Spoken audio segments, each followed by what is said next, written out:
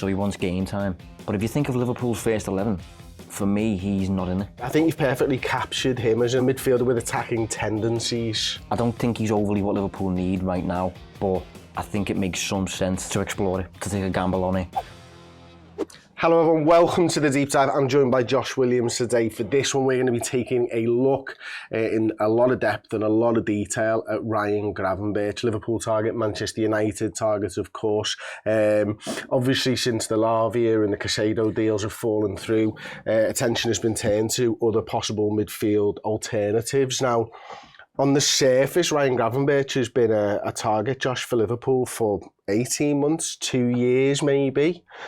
Does he feel like the target that we want now, though? Does that make sense? It's a difficult one to answer that, actually, because one thing we're going to touch on, obviously, is that he's an interesting player, very versatile player, and he's still young enough where he doesn't really have a designated. You can't really nail him down to anything yet. You can't really say that's what he is. I think you can kind of lean towards saying that's not what he is. Mm-hmm. But in terms of the profile that he offers for you, like the links over the past 12 months or whatever it's been, I've had different views on it each time, because each time Liverpool have needed a different thing, if you see what I mean. Like, when we were looking at McAllister or Szoboszlai, you thought maybe he could fit into one of those positions? Yeah, like when we were initially 4-3-3 last season, and before we adopted the box and we were getting linked with Gravenberch, I was thinking, right, we're playing with a midfield three, we're getting cut open every 5 minutes, we can't defend, and you're getting linked with Gravenberch, who wants to play with the ball, technical, expressive, what's the story here? Then we adopt the box, and obviously the 8 start then doing that, moving towards the final third, and then I'm like, okay, that makes sense now, I can see that. And you would imagine, sorry to interrupt there, you would imagine, let's say we put Gravenberch in here, would he take one of these 8 positions in the box midfield? Yeah, I think he would favour that one there, McAllister's out of them spots, yeah. But I think Liverpool would probably view him as potentially capable of doing that. Mm-hmm. Depending on the opponent and depending on the time he's given on the training ground and that, because he's still, I think he's only 21, isn't he? Yeah. And then Liverpool got in McAllister, Liverpool got in Szoboszlai, and then I was a bit like, right, we don't need Gravenberch then, because we've got them 2 addressed. Mm-hmm. Now we need this guy. We get an Endo, who I thought was a squad option. Maybe he's not. I mean, it's difficult to determine at the minute. But if you're getting in with Gravenberch, he's a player who potentially plays here sometimes, potentially plays there sometimes. And I think he's kind of that blank slate, if you know what I mean, as to like Liverpool can use him how they see fit and mould them and things like that, and do that sort of thing over time. But I think one of the curious things about the move is one of the reasons he's unhappy at Bayern. He's made 3 starts in the Bundesliga since his move last summer. So he wants game time. But if you think of Liverpool's first 11, for me, he's not in it. So he'd get more games than 3 starts a season than the Bundesliga, for sure. But he wouldn't arrive as a starter, which is what I think's weird about it. Don't you? Yeah, I think if we take him out of that role, right, and we just put maybe the 4-3-3 formation back on the board there, and you think of the starting 11, as it were. Well, he ain't taking Trent's spot, not the centre-backs, not the left-back spot. He ain't taking Szoboszlai or McAllister's spot. He's not taking one of the front 3 spots. This job, Wataru Endo's job, is still up for grabs. But he doesn't feel like the perfect piece for me right now to be able to take that role on. Like, I think it might need a year, a season, I should say, of moulding was the word that you used, of training, because physically I think is probably maybe one of the most interesting things about Gravenberch is he's got all the physical attributes to play like Fabinho. He just doesn't play like Fabinho. Yeah. And I suppose one of the things that I've always sort of looked at over the years when I've analysed teams that have won the league, quite often, apart from maybe some of the better Barcelona sides, most of them have big, strong midfielders. And I think Patrick Vieira and Emmanuel Petit kind of brought that in, to be honest with you. And it wasn't until, and I've said this loads of times over the years, it wasn't until Arsenal got away from that and went small and technical that they stopped winning the league.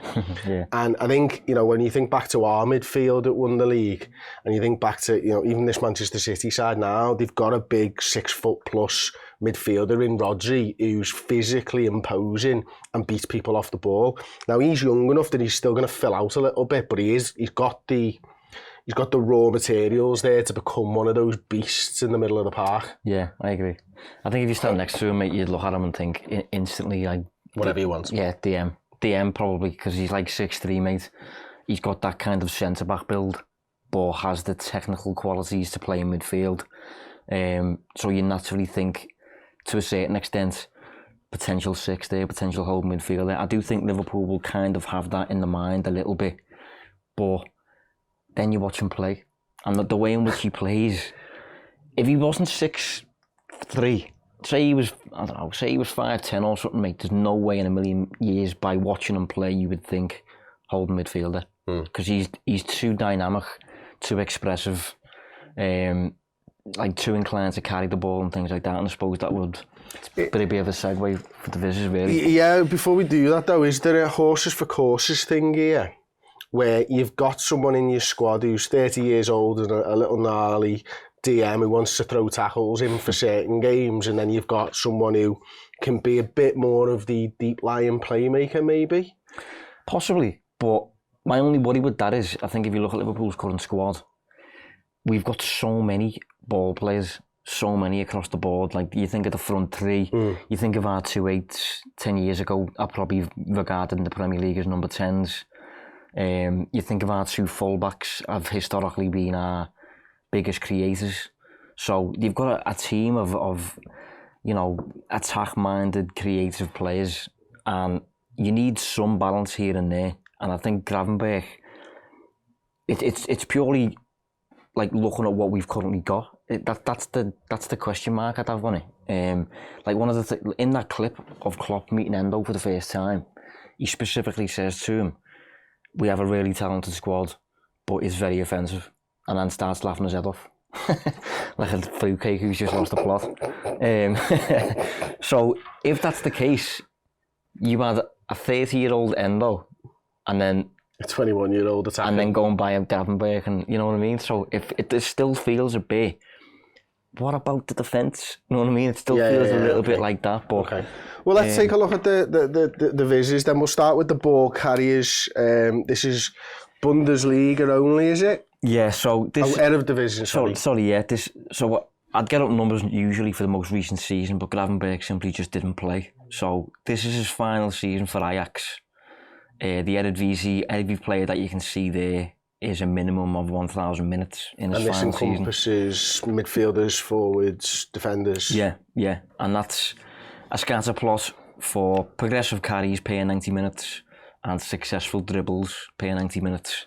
And as you can see, Gravenberch there is edging towards being a bit of an outlier, and he's not too different to Cody Gakpo, for example. We know Cody Gakpo likes to do that sort of thing. We've all seen him do it. He's very good at doing it. And just to kind of capture... Anthony was there was the other one that drew my eye, to be honest with you. He's just below him. I've just spotted that, yeah. In terms of progressive carries. Now, obviously, if it was a spin in a circle, Anthony would be out on his own, but progressive carries, he's doing quite well there. Well, one of the things I think is interesting about that is he's nearby Cody Gakpo, he's nearby Anthony. Bruma is another one. All of them are forwards. Yeah, is Philip Max the right back that we were linked with a while ago? Yeah, he's a full-back, yeah. But all of them lads he's close to, they're the forwards. Liverpool have a lot of forwards, very good forwards. We have midfielders who are also forwards. We have we have fullbacks who are also forwards. So Klopp seems to get a bit obsessed at the minute.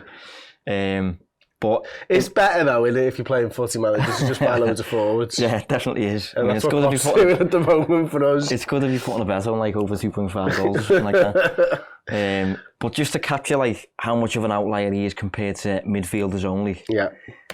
There's how he compares to midfielders in the league for the same statistics. That's crazy. The reason I've used them statistics, by the way, is just they are kind of 2 areas where he really shines as a bit of an outlier, and I think they capture a key element of his game as this ball carrying dynamic player who wants to carry, a bit like Curtis Jones, a bit like Gakpo. and that is just usually not much of a... You wouldn't be getting them up for DMs, would you, ball carrying? Exactly. Most DMs, mate, if you think of them now, they do not carry the ball over large distances. They stay where they are. Think of Fabinho, Busquets, Casemiro or something like that. You know, they stay. And Gravenberch seems to be a bit more of like inclined to go on these marauding little runs at times and a little bit nabby. But he's grown up with total football. Yeah, I mean, surely he's from Ajax. Which is a good thing. Yeah. You know, coming through the Ajax youth ranks. I mean, I think that's probably why Liverpool got some sort of interest in him. I think he's Ajax's youngest ever player. And if you think of the players who come out of that club, mate, you know, Van Basten and Clive, yeah. So I mean, Young. Look, I think you've perfectly captured him as an attacking midfielder or a midfielder with attacking tendencies with those visions. That's the way of putting it, yeah. That doesn't scream DM to me at the moment. But there's a couple of things that we need to discuss and we need to talk about quickly when we're talking Ryan Gravenberch. You mentioned that he's 21 years old. I think that's an important point at the moment because he was born, I think, in March 2002. To be registered on the under-21 list for the upcoming Premier League squad list, you have to have been born on or after the 1st of January 2002. So he comes in and doesn't take up a non-homegrown quota. With a couple of days left in the transfer window, that could be absolutely huge. Yeah. So that is a big box ticked, I reckon, for Liverpool. We know he's disappointed and hasn't had the game time certainly last season, but we don't think that it's gone particularly well with Thomas Tuchel this season either. It looks like he is now open for a move. So they're two things that work in Liverpool's favour, and it might be able to get a deal done quickly for him as well. You'd obviously have to convince the player, as you mentioned before, on game time and all that type of stuff. The big sort of elephant in the room for me is Klopp has taken players before and changed them. Yeah. And we didn't see it coming, or I didn't see it coming. Yeah. You might have seen Wijnaldum coming, I didn't.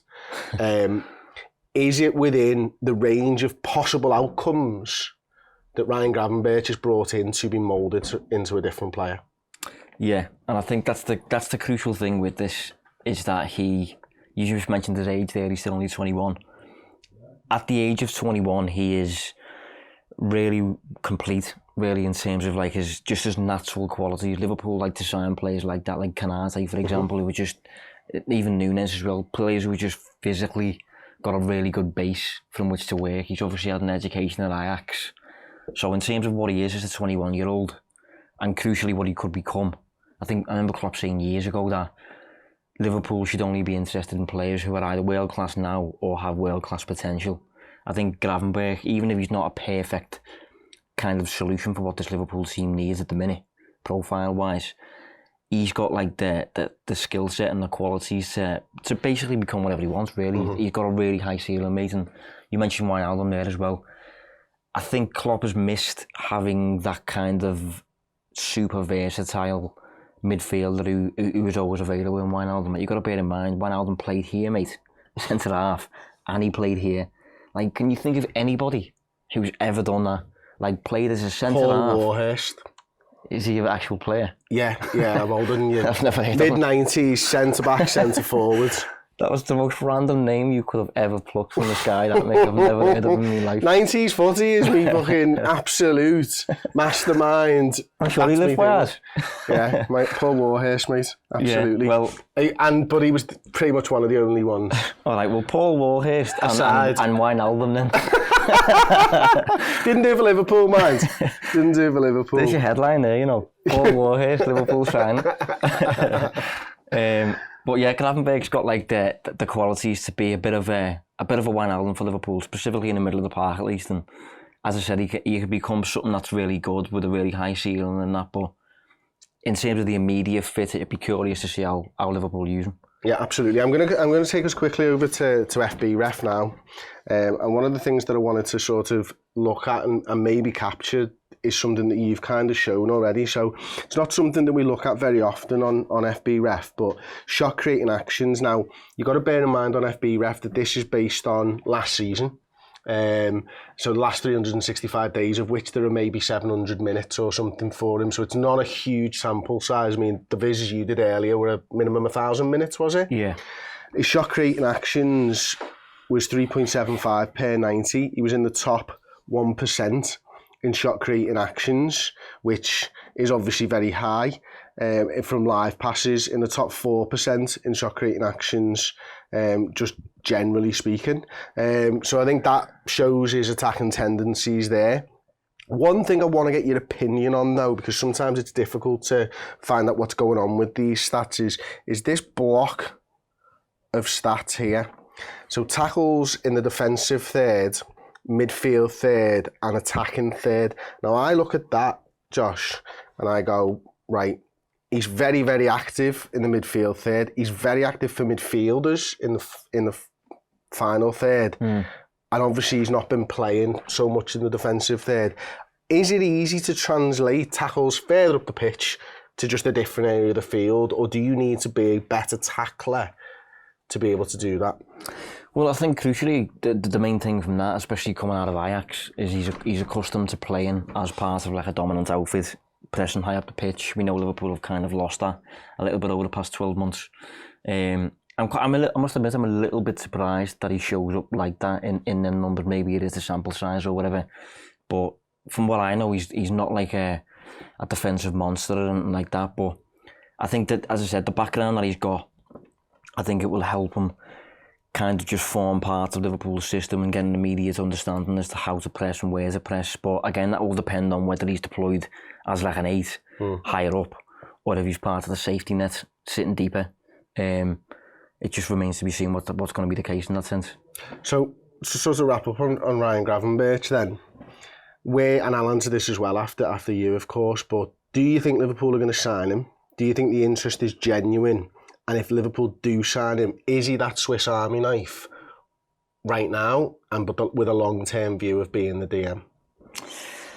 I think the interest is genuine because it's not going away. Yeah. I think he's available, and I think because he's available, Liverpool are willing to take a gamble on what he could become, because he's got a really high ceiling. As I've said, he's very, very good for his age. Really physically mature and got lots of natural things just on his side, ready to be used basically in a better system, better environment and that.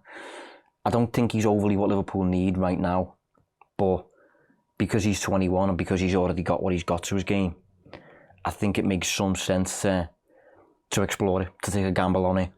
He's got the qualities to, if he does really mature and really fulfil his potential, he's big enough to play at times as a centre half potentially. Possibly as a DM, but I can't see it. Centre forward? Possibly as a DM, I can't see it. As an 8, it's difficult to get in the team at the minute. So it's I don't know, it's a really interesting one. I'm not like against it or anything like that. It's more just like, you can't fathom it. No, it's more just, what about the defence? That's what I keep thinking. What about the balance in the team? And maybe he's coachable enough for you to just say to him, listen, stay behind the ball, don't worry about it. And if he was to form part of a midfield too, a lot of the time, that'll be a lot better for him. It's if he's like that, would be my worry as a lone 6. Because Liverpool, Premier League is really competitive in it, so no games do you really get a free game. You're going to have to do work in that spot. So I don't know, it's a tricky one. What about you? I think the only way that Liverpool go for him is if they do see a long-term future for him in the side, in the first team. I can only, as I sort of said at the beginning of the video, I can only envisage there's one spot available in the first team that he would fit into, because I think this spot might be available in the first team over the next few days and coming weeks, months, etc., etc. But I don't think Gravenberch is going to ever do that job. He's not going to be part of the front 3, and we've just signed 2 lads for 100+ million to play the attacking roles. Therefore, who are better than? Yeah, who are better than, exactly. Therefore, this is the spot. Now, I think that Liverpool are going to take a chance and have a proper run at Ryan Gravenberch over the next couple of days before deadline day. I'm sure Manchester United will be in there as well. Let's hope Chelsea aren't. I am nervous because that and them are probably specialist positions for me. And I don't see often that versatile players work as DMs. Yeah, they can do short term, don't get me wrong, but it is a specific skill set that I think is needed to do that role. And I'm not sold that he's got it. But again, Jurgen makes players better. Yeah. And I can only view him on what we can see today. Jurgen can forecast into the future. That's where I have no understanding of what happens. I can only judge him on the games that he's played and the numbers, not on what he's going to be. My knowledge stops at who he is today. Yeah, I think part of the reason you'd be willing to take a chance on him is if it didn't work there, it can work there. It can work a little bit further forward as a 10 if we start playing with that role in certain games or whatever. So I think he's going back to the versatility thing, the adaptable thing. He's kind of versatile enough to not really ever be much of a problem for you system wise.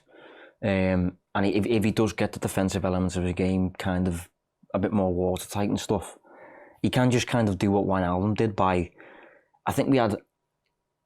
It's hard to say. I think we had like more gifted midfielders than Wijnaldum, but because Wijnaldum was just so reliable and versatile and that he just played every week, just never come out the team. Klopp loved him because he just did a job and almost sacrificed himself and stuff like that. So there's ways to just become a member of the team without being like, you know, your name up in lights or whatever and things like that. And Gravenberch's got like the adaptability to become something like that for Liverpool. Just getting in the team by any means necessary, but I like that. I like what you've said there. And you might have just swayed me with that last sort of thought, and the one that probably did it for me is it might be a risk as a DM, might work, but either way you've got an unbelievable squad player or a potential first teamer for not that much money if it doesn't work as a 6. Which sounds very Liverpool to me, rightly or wrongly. There we go, Josh. That's Ryan Gravenberch. Obviously, we've got another show lined up for you. We'll be taking a look at a specific centre-half. If you've enjoyed this, then do check out the content on redmenplus.com. If you're on redmenplus.com, thank you. And we'll see you all soon. Ta-ra. Thank you so much for watching. The new season is here. Come and join us over on redmenplus.com for fantastic shows, pre and post-match content, journalistic insights into all Liverpool's transfer business, documentaries, interviews, features and more. Head to redmenplus.com, sign up today and fill your boots with Boss Liverpool content.